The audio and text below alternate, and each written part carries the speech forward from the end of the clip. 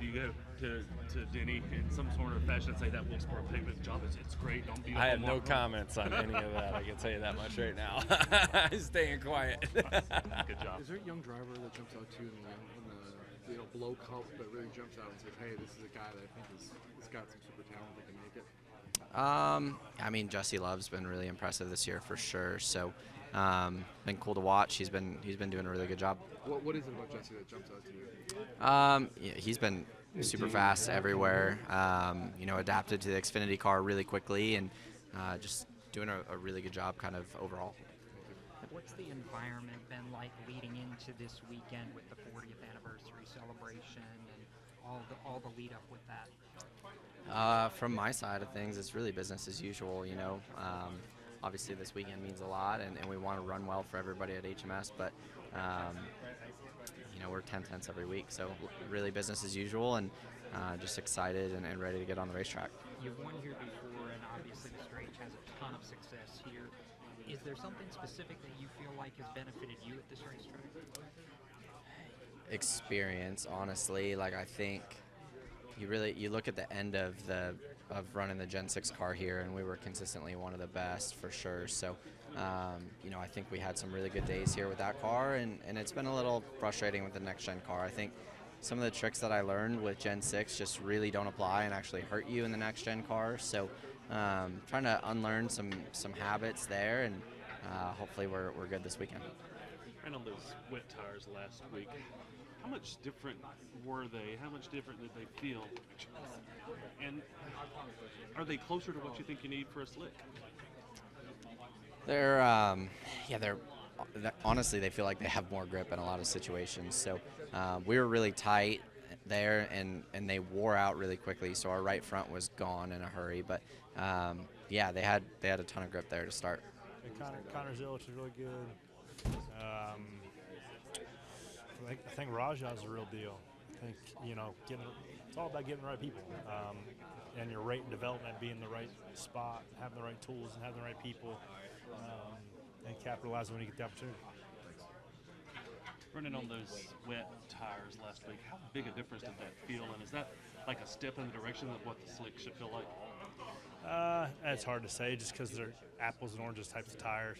But I thought they were kind of cool. I like throwing different variables into the week. Our car didn't drive very good, no matter if it was wets or slicks, or the rental car on the way to and from the racetrack wasn't really dialed in either. So it's a tough weekend for us last week. But yeah, I think it's nice to know that we've got a decent option that works. What are you looking for today and tomorrow? And do you think, the history of the way you felt here, are you going to have something to sort of get where you want to be? We've always had pretty good pace here, so we just need to capitalize and have a good fairway weekend. Not get cute, but just execute and finish where we're capable of running, and kind of get the train back on the rails.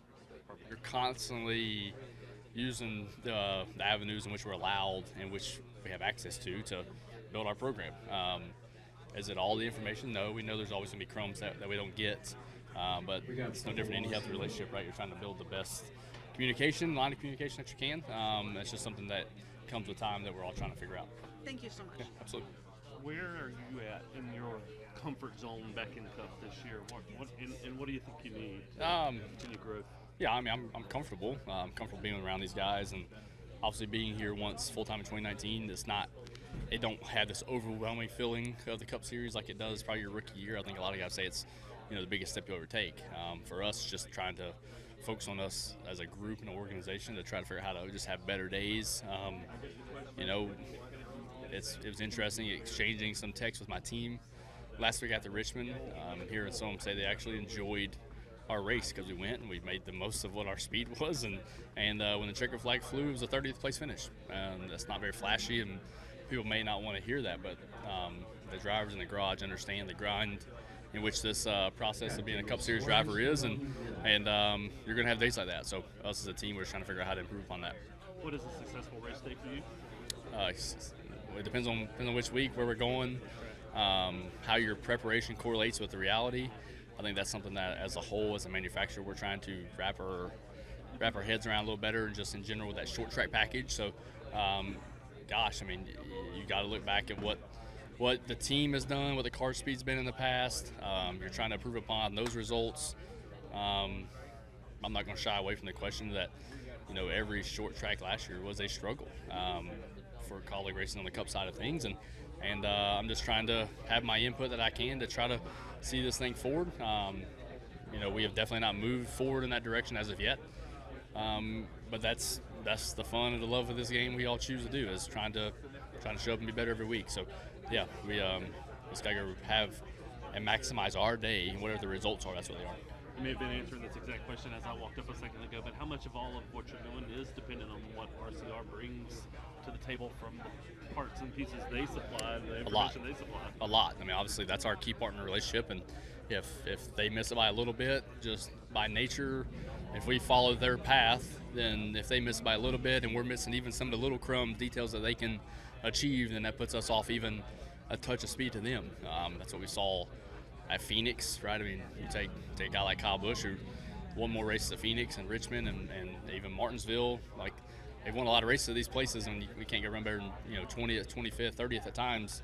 We got a lot of work to do, and that's where we're at right now. So we got to collectively try to figure out how to raise all ships. I was asking some guys about the tire, the wet tire from last week, and running it until it was pretty much dry on the track. How different did that feel, and is that sort of a step in the direction that Goodyear should go with the slicks? Man, I don't think I've ran this car enough on the short tracks to give you a true answer. I filled in for Ty Gibbs at Phoenix in 22. I ran Phoenix this year in Richmond. So, like, my short tracks in this car starts are super, super limited.